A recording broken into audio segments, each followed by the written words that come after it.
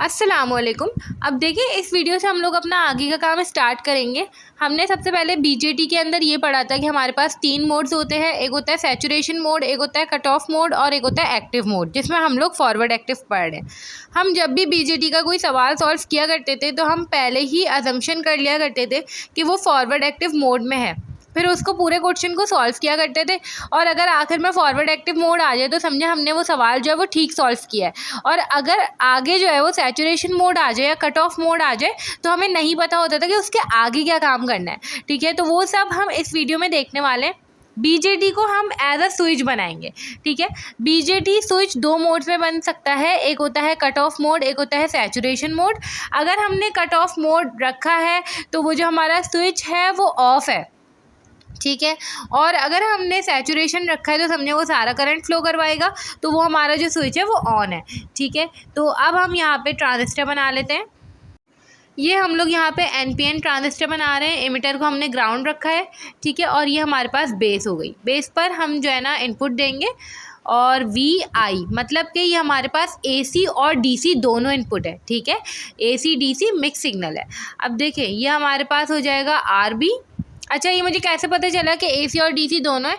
तो देखिए वी जो है ना वो मैंने स्मॉल की तरह साइन बनाया है। वी थोड़ा सा कर्व बनाया है ना, मतलब कैपिटल वी नहीं है ये।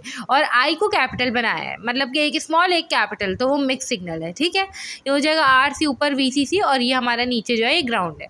सही है। अच्छा, अब अगर मैं ये काम करूँ कि ये जो मैं सिग्नल दे रही हूँ वी आई, इसको मैं 0.5 से भी कम दूँ, जो डायोड होता है हमारा वो 0.7 पर आकर 0.5 से 0.7 के दरमियान करंट फ्लो करवाना शुरू करता है। ठीक है, मतलब फॉरवर्ड बायस होना शुरू होता है। तो 0.5 से भी जब मैंने कम दिया तो मुझे ये पता चला कि बेस इमिटर जंक्शन और कलेक्टर बेस जंक्शन दोनों रिवर्स बायस होंगे। ठीक है, देखिए एनपीएन ट्रांजिस्टर है ना मेरा, तो पहला वाला जो जंक्शन है ये बीच में बेस होती है, ये इमिटर हो गया, ये कलेक्टर हो गया। ठीक है, तो जब बेस इमिटर जंक्शन, ये पहला वाला जंक्शन ही रिवर्स बायस है मेरे पास, हमने 0.5 से ही कम वोल्टेज दिया है, तो दूसरा वाला तो रिवर्स बायस हो गई, फिर आगे वाला तो रिवर्स बायस हो गई। ठीक है, तो दोनों हमारे पास रिवर्स बायस हैं, बेस इमिटर जंक्शन भी और कलेक्टर बेस जंक्शन भी। हमने 0.5 से कम वोल्टेज दिया है। ठीक है, तो जब दोनों रिवर्स बायस है तो बीच में से वो करंट फ्लो नहीं होने देगा पूरा NPN transistor. Current I B I C I E तीनों हमारे पास 0 होंगे। तो हम लोग अगर कट ऑफ मोड आ जाता है किसी भी सवाल के अंदर तो डायरेक्ट हम ये लिख देंगे। ठीक है, और अगर हम देखें तो आई सी की इक्वेशन क्या हो जाएगी, V C C minus V C over R C, तो वहाँ से वी सी की ये इक्वेशन निकल के आती है। ठीक है, आई सी 0 है तो हमें पता चला कि वी सी सी और वी सी आपस में बराबर है। ठीक है, और हमें जैसा कि पता है वी सी ई बराबर होता है V C minus V E के, और इमिटर जो है वो हमारा ग्राउंड है, तो वी सी ई बराबर हो गया वी सी के। दोनों इक्वेशंस को इक्वेट करूँगी मैं, वी सी ई बराबर हो जाएगा वी सी सी के। ठीक है, तो मतलब कि हम ऊपर से जितना वोल्टेज जाएंगे वो सारा कलेक्टर और इमिटर उस पर पूरा जाएगा। ठीक है, वी सी ई बीच वाले पूरे हिस्से में जाएगा। सही है, ट्रांजिस्टर के ये कुछ चीज़ें हमें पता चली। अब देखें, अगर हमने टर्न ऑन करना है बीजेटी को तो हमें 0.5 से ज़्यादा वोल्टेज देना पड़ेगा, है ना। तो हम क्या करेंगे, 0.5 से ज़्यादा वोल्टेज देंगे। जैसे ही हम 0.5 से ज़्यादा वोल्टेज देंगे तो सबसे पहला जो है वो बेस इमिटर जंक्शन है ना, तो वी बी ई हमारे पास कहाँ पहुँचेगा भाई, 0.7 तक पहुँचेगा बढ़ बढ़ के। तो ये हमारे पास क्या हो जाएगा, बेस इमिटर जंक्शन जो है वो फॉरवर्ड बायस हो जाएगा। मतलब कि पहला जंक्शन फॉरवर्ड बायस हुआ है, अभी दूसरा वाला अभी भी रिवर्स बायस है। ठीक है, क्योंकि अभी हमने 0.7 देकर पहले वाले को फॉरवर्ड बायस किया है। अब देखें, फॉरवर्ड बायस और दूसरा वाला रिवर्स बायस, ये वाला मोड तो हम बहुत पढ़ चुके हैं, फॉरवर्ड एक्टिव मोड। अभी तक जितने क्वेश्चन हम लोग सॉल्व करते हुए आ रहे हैं वो फॉरवर्ड एक्टिव के हैं। ठीक है, यहाँ पे मैं एक फॉर्मूला लिख रही हूँ, आई भी बराबर हो जाएगा, देखिए वहाँ पे ऊपर बेस पे देखे ना, वी आई से निकल के माइनस वी बी। ठीक है, V B minus V E, emitter तो वैसे ही ग्राउंड है, अपॉन का आर बी। ठीक है, तो सिंपल ये एक फार्मूला लिख दिया, और इसी तरीके से यहाँ पे और जो हम लोग फार्मूलाज यूज़ करते थे ना वो वही होंगे। ठीक है, तो फॉरवर्ड एक्टिव मोड की सारी चीज़ें हमें पता है।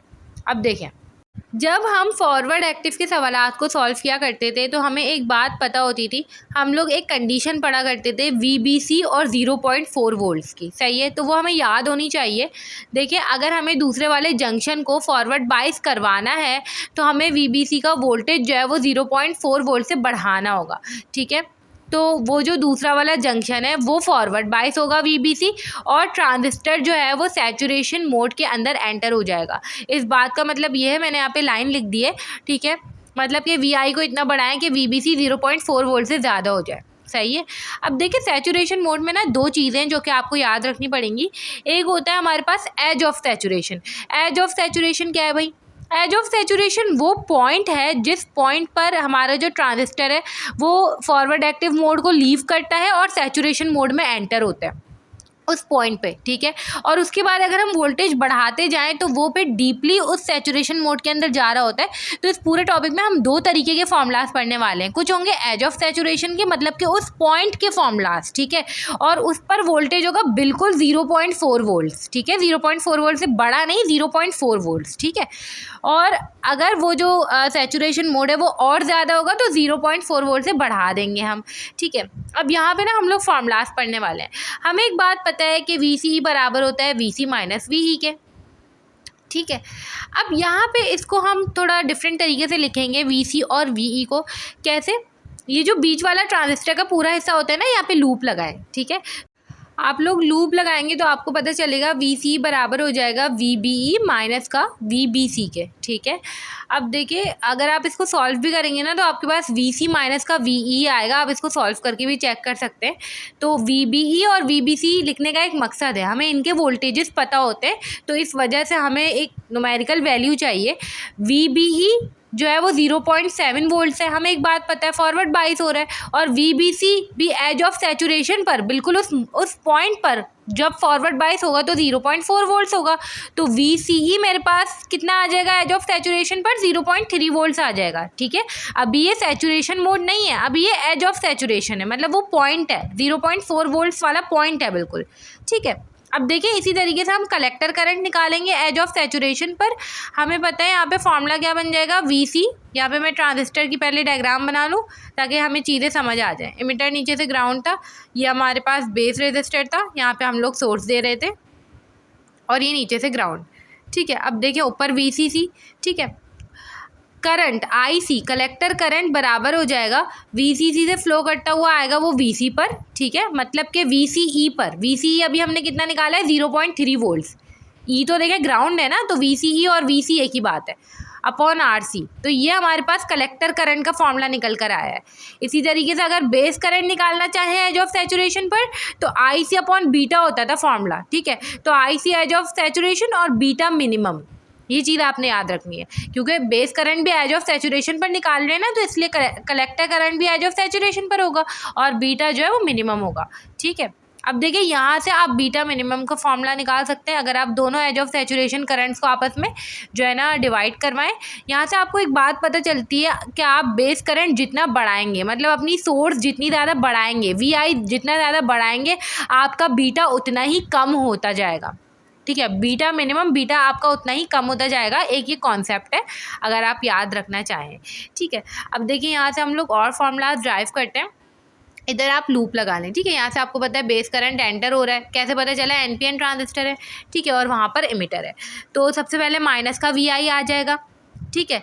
ये हमारे पास एज ऑफ सैचुरेशन की बात कर रही हूँ मैं, तो हर चीज़ पर एज ऑफ सैचुरेशन लिखूंगी, ठीक है। IB edge of saturation into RB, ठीक है, वोल्टेज की फॉर्म में लगाते हैं हम लूप, ठीक है, प्लस का VBE इक्वल्स टू 0। अब देखें सिंपल यहाँ से क्या हो सकता है कि भाई आप VI एज ऑफ सैचुरेशन का एक फॉर्मूला ड्राइव कर सकते हैं, और अगर आपको इस फॉर्मूले की नीड पड़े तो आप अपने क्वेश्चन में इस फॉर्मूले का यूज़ भी कर सकते हैं, ठीक है। IB edge of saturation RB, और यहाँ पे हो जाएगा प्लस का VBE, VI को आप दूसरी साइड ले जाएं, ठीक है। अब एक चीज़ आपको पता चलेगी कि भाई आपने अभी VI को इतना बढ़ाया कि VBC 0.4 वोल्ट्स हुआ है, ठीक है, अभी आपने उतना बढ़ाया है। अब आप VI को मज़ीद बढ़ाएं, इतना बढ़ाएं कि वो 0.4 वोल्ट से ज़्यादा हो जाए। अब मैंने एक बात बताई थी आपको, 0.4 वोल्ट्स वो पॉइंट है जिस पे आपका जो ट्रांजिस्टर है वो फॉरवर्ड एक्टिव मोड छोड़ेगा और सैचुरेशन मोड पे एंटर होगा, मतलब वो पॉइंट है, मतलब एज ऑफ सैचुरेशन है। अब आपने मज़ीद वोल्टेज बढ़ाया, मतलब कि मैंने यहाँ पे लिख दिया कि अगर आपने VI को मज़ीद इंक्रीज़ किया इतना कि आपके पास जो VBC है वो 0.4 वोल्ट से ज़्यादा हो जाए, ठीक है ना। तो आपका ट्रांजिस्टर क्या होगा भाई, मतलब कि V I edge of saturation से ज़्यादा हो जाए, एज ऑफ सैचुरेशन वाले मोड से ज़्यादा कर दिया आपने वी आई को, ठीक है। तो आपका जो ट्रांजिस्टर है वो सैचुरेशन मोड के अंदर डी पर और ज़्यादा चला गया। अब हम उसके फॉर्मूलाज को ड्राइव करेंगे। अब देखते हैं हमारे पास उसके फॉर्मूलाज क्या है भाई। वी बी ई तो 0.7 वोल्ट्स पर ही फॉरवर्ड बाइस होता है, ये बात हमें पता है। वी बी सी 0.4 वोल्ट्स पर होता है, एज ऑफ सैचुरेशन होता है, मगर 0.4 वोल्ट से बढ़ा देंगे, ठीक है, ताकि वो और मजीद सैचुरेशन में जाए। तो हमें लिख देना है कि भाई वी बी सी 0.4 वोल्ट से ज़्यादा क्या होगा, 0.5 वोल्ट होगा, ठीक है। तो यहाँ पे मैंने 0.5 वोल्ट्स लिख दिया। अब देखें वी सी ई का फॉर्मूला वापस से वैसे ही जैसे पीछे हमने ड्राइव करा था, V B E minus V B C हो जाएगा 0.7 माइनस का 0.5, 0.2 वोल्ट्स, ठीक है। वी सी आपके पास कितना आ गया। अब ये वी सी सैचुरेशन निकल के आया है, पहले वाला क्या निकल के आया था, एज ऑफ सैचुरेशन निकल के आया था, ठीक है ना। अब देखें यहाँ पे वापस हम लोग क्या करेंगे, कलेक्टर करंट निकालेंगे जैसे हमने पहले एज ऑफ सैचुरेशन के लिए निकाला था। ऊपर V C C minus V C होता है, मगर वी सी ई भी लिख सकते हैं, क्यों, क्योंकि एमिटर तो वैसे ग्राउंड है, V C minus V E तो वैसे ही 0 है, ठीक है। अब क्योंकि सैचुरेशन आई सी के साथ था तो वी सी के साथ भी सैचुरेशन लगाया, ठीक है। तो V C C minus 0.2 over R C, ये आई सी सैचुरेशन का फॉर्मूला निकल के आया है, ठीक है ना। अब देखें सिंपल एक और 2-3 फार्मूलाज हमने लिखने। एक होता है हमारे पास ओवर ड्राइव फैक्टर, इसका फॉर्मूला होता है हमारे पास आई बी सैचुरेशन अपॉन का आई बी एज ऑफ सैचुरेशन, ठीक है। इसी तरीके से हमारे पास एक होता है बीटा फोर्स्ड। अभी मैं आपको इन चीज़ों का मतलब समझाती हूँ कि क्या होता है, ठीक है। आई सी सैचुरेशन अपॉन का आई बी, ठीक है। अच्छा देखिए ओवर ड्राइव फैक्टर का मतलब ये होता है कि आपने वी आई दिया, ठीक है, वो सैचुरेशन मोड में एंटर हो गया। अब आप उसको कितना मज़ीद वी आई को बढ़ाते जा रहे हैं कि और ज़्यादा वो डीपर जा रहा है सैचुरेशन मोड के अंदर, मतलब आपने ओवर ड्राइव करवाया, उसको और ज़्यादा दिया, और इस तरीके से आपके पास जो बीटा की वैल्यू है वो बढ़ती जाएगी, मतलब कि वो बीटा फोर्स्ड होता जाएगा, ठीक है। तो वो आपके पास बीटा फोर्स्ड निकल के आएगा, फिर आपका बीटा जो है वो चेंज होगा। अब हम इसका एक क्वेश्चन कर लेते हैं ताकि मज़ीद हमें चीज़ें क्लियरली समझ आ जाएं कि हमें क्वेश्चंस को सॉल्व किस तरीके से करना है। अच्छा अब देखिए क्वेश्चन हमारे पास क्या मौजूद है, the transistor is specified to have beta in the range of, beta की रेंज गिवन है हमें, ठीक है। Find the value of R B हमें निकालना है बेस की resistance, that results in saturation, मतलब कि आपको कहा गया है कि भाई आपने आर बी जब निकालना है जब सैचुरेशन मोड में हो वो, ठीक है, with an over drive factor of at least 10। Over drive factor आपको गिवन है। अब देखिए एक चीज़ ध्यान में रखें कि आपको जो है ना सैचुरेशन मोड में निकालना है, मतलब कि आर बी का नॉर्मल आप V equals to I R, ohm's law देखें सिंपल। एनपीएन ट्रांजिस्टर है, बेस करंट एंटर होगा तो 5 वोल्ट से जाना शुरू होगा, अंदर तक जाएगा ट्रांजिस्टर के, एंटर होगा ना, ठीक है। तो आई बी का फॉर्मूला हो जाएगा 5 माइनस वी बी ओवर का आर बी, ठीक है। तो आर बी का फॉर्मूला क्या हो जाएगा, 5 माइनस वी बी ओवर का आई बी, ठीक है। मतलब कि वो जो आई बी है, वो जो बेस का करंट है, वो आपके पास सैचुरेशन करंट होना चाहिए, क्योंकि आपको सवाल में कह दिया गया है कि सैचुरेशन मोड है। अब देखिए सवाल को सॉल्व किस तरीके से करेंगे। सबसे पहले आप लिख दें बीटा 50 to 150 सॉरी, ठीक है, 50 to 150, और यहाँ पे आपको निकालना क्या है भाई, आर बी निकालना है, तो लिख दिया हमने, ठीक है। और आपको यहाँ पे ओवर ड्राइव फैक्टर गिवन है ODF, जो कि आपके पास 10 है, ठीक है। अब ओवर ड्राइव फैक्टर का जो फार्मूला होता है, उस फार्मूले से हम लोग कुछ करंट वगैरह फाइंड कर सकते हैं, जो कि हमें पता है, अभी हम कर लेंगे। उससे पहले यहाँ पे हमने बीटा मिनिमम लिख दिया, रेंज की जो मिनिमम जो नंबर है ना वो आपका बीटा मिनिमम होगा, ठीक है, जो कि आपके पास 50 है, ठीक है। और जो एक्टिव मोड है उसका 150 होता है, सबसे ज़्यादा वाला एक्टिव मोड का होता है, ठीक है। अब देखें मैंने यहाँ पे एक साथ लिख दिया है, ठीक है। सबसे पहले हमारे पास क्या था कि भाई हमें आर बी निकालना था, तो मुझे आई बी सैचुरेशन चाहिए, ठीक है, और मुझे ओवर ड्राइव फैक्टर जो है वो गिवन है। मेरे पास ओवर ड्राइव फैक्टर का फॉर्मूला होता है, ODF वाली लाइन देखिए, ओवर ड्राइव फैक्टर का फॉर्मूला होता है आई बी सैचुरेशन अपॉन का आई बी एज ऑफ सैचुरेशन। मुझे क्या चाहिए, आई बी सैचुरेशन चाहिए, मेरे पास ODF मौजूद है, उसके लिए मेरे पास आई बी एज ऑफ सैचुरेशन, नीचे जो डिनोमिनेटर वाली टर्म है वो भी मौजूद होनी चाहिए, ठीक है। अब हम इसके लिए काम करेंगे आई बी एज ऑफ सैचुरेशन के लिए, किस तरीके से, सबसे ऊपर से देखिए VCE सैचुरेशन के लिए हम करेंगे सारा काम, ठीक है। मुझे पता है कि 0.7 माइनस 0.5 करके हमारे पास आ जाता है 0.2 वोल्ट्स, ठीक है। एमिटर तो वैसे ग्राउंड है, VC माइनस VE बराबर हो गया 0.2 वोल्ट्स के, एमिटर ग्राउंड है तो VC मेरे पास बराबर हो जाएगा 0.2 वोल्ट्स के, ठीक है। आईसी सैचुरेशन की अगर हम बात करें तो VCC minus VC over RC करके आईसी सैचुरेशन हम यहाँ पे निकाल लेंगे। हमें कलेक्टर रेजिस्टेंस गिवन है, ऊपर VCC 10 वोल्ट्स की सोर्स थी, VC अभी हमने ऊपर निकाला, ठीक है, आईसी सैचुरेशन निकाल लिया। अब हमें पता है कि आईसी सैचुरेशन और आईसी एज ऑफ सैचुरेशन आपस में बराबर होता है, ठीक है। तो मेरे पास आई बी एज ऑफ सैचुरेशन का फॉर्मूला होता है असल में आई सी एज ऑफ सैचुरेशन अपॉन का बीटा मिनिमम। मुझे आई बी एज ऑफ सैचुरेशन चाहिए था ना ओवरड्राइव फैक्टर वाले फॉर्मूले के लिए, तो सिंपल मैंने क्या किया भाई, बीटा मिनिमम रखा और मेरे पास यहाँ पे आई बी एज ऑफ सैचुरेशन आ गया।